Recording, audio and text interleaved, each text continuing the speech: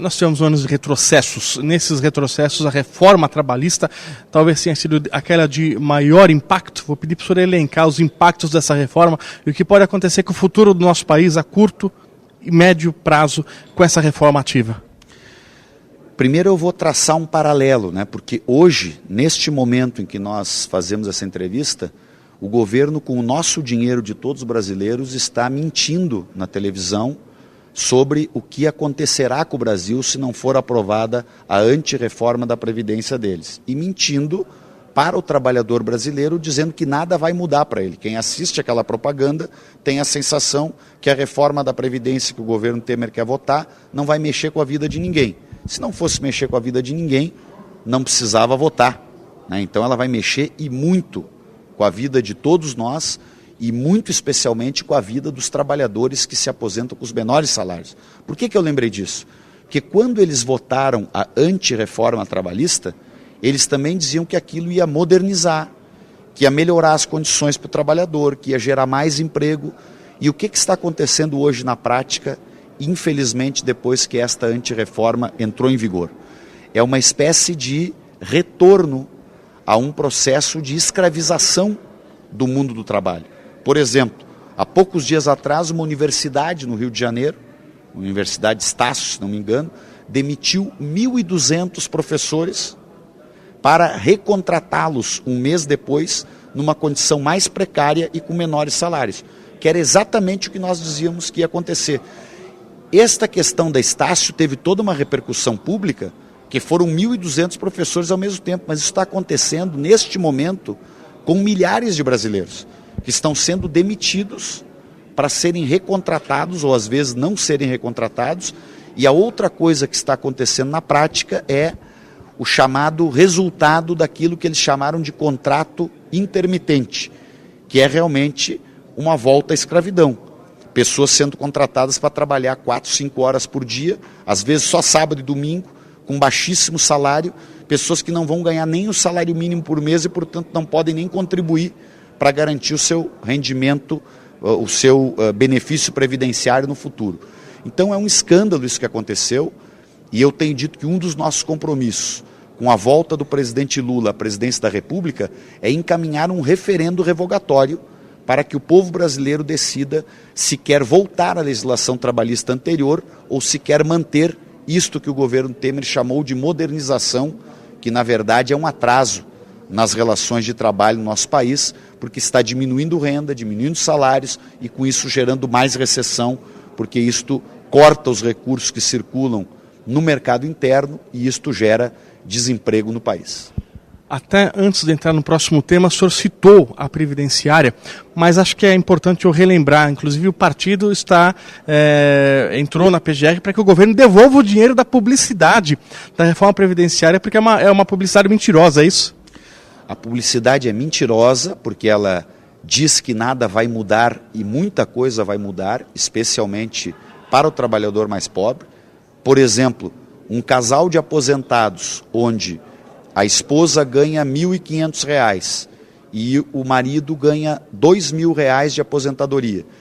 Se este trabalhador morrer, ao invés de deixar os R$ 2.000 de pensão para a sua companheira e ela continuar vivendo com os R$ 3.500 de renda, nesse exemplo que eu estou dando, a companheira teria que escolher um dos dois salários, e se ela escolheu do marido, que é maior, como pensão de R$ 2.000, ainda corta 40%, cairia para R$ 1.200. Então, nesse exemplo que eu estou dando, este casal que vivia com R$ 3.500, a viúva vai passar a viver com R$ 1.500.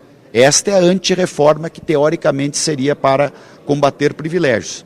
Inclusive, hoje, a Procuradora-Geral da República, Raquel Dodge, ingressou na Justiça também pedindo a retirada da propaganda do ar, pelo motivo de que ela não informa a população brasileira. Ela deforma a opinião pública, mentindo e manipulando dados que não condizem com a realidade. Derrota do governo hoje, que queria não dar aumento para os servidores, aumento combinado, queria aumentar a contribuição da aposentadoria deles para 14%, o Supremo barrou.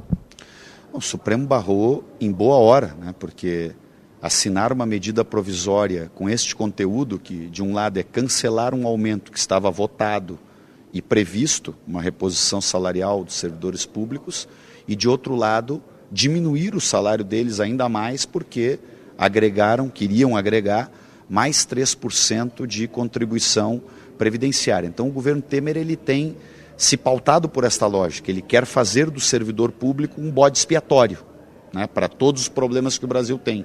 E o servidor público ele é solução para o Brasil, não é problema para o Brasil.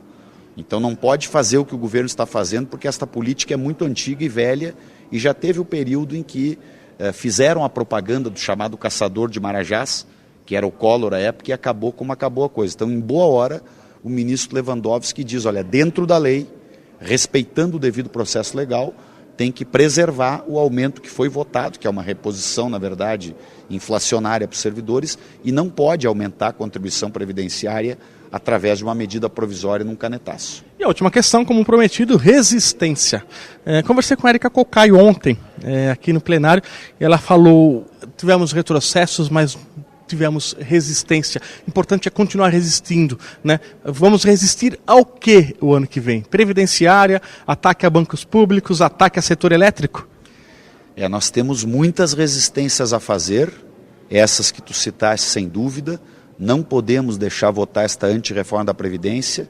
Temos que fazer tudo o que esteja ao nosso alcance para defender um projeto de nação, para defender o patrimônio público brasileiro que foi construído ao longo de décadas, e em muitos casos em mais de um século, por diferentes gerações de brasileiros, como é o caso do nosso sistema elétrico. E acima de tudo nós temos que defender a democracia brasileira. Nós temos que defender o nosso direito de votar para presidente da República em eleições livres e diretas e que não sejam fraudadas pela retirada à força de Lula da eleição presidencial. E outro alerta que eu faço para a opinião pública brasileira. Os setores que organizaram o golpe parlamentar que derrubou Dilma e colocou Temer na presidência manobram dia e noite para que não haja eleição em 2018, para que, se a eleição ocorrer, Lula seja impedido de concorrer e com isso fraudar a eleição. E uma terceira vertente é a chamada vertente do parlamentarismo, que seria transformar o voto do brasileiro num voto que não decide quem será o presidente da República. Trocar o voto dos milhões de brasileiros que escolhem o presidente da República diretamente hoje, através do voto de cada um de nós, e entregar para os 513 deputados, num grande acordão entre deputados, escolher quem será o presidente da República. Se o parlamentarismo estivesse em vigor no Brasil, Eduardo Cunha seria presidente da República, Temer já teria sido presidente da República antes deste golpe parlamentar que o colocou indevidamente na presidência. Então nós não podemos permitir que o parlamentarismo prospere no Brasil. Temos que garantir a presença do presidente Lula na eleição, para que ela seja uma eleição livre em que o povo brasileiro possa escolher quem de fato quer na presidência da República. Como eu tenho dito, Lula pode ganhar ou perder uma eleição, mas a democracia brasileira exige que Lula dispute a eleição. E, por fim, evitarmos aquele que também é um apelo de parte de quem organizou o golpe, que seria cancelar as eleições do próximo ano. Então temos muita resistência, muito trabalho, estamos motivados para isso no ano de 2018, para que este ano de 2018 que está entrando seja o ano de virar esta página na história, que é a página do golpe parlamentar, que está trazendo tantos prejuízos para os brasileiros, como nós temos acompanhado ao longo deste último ano.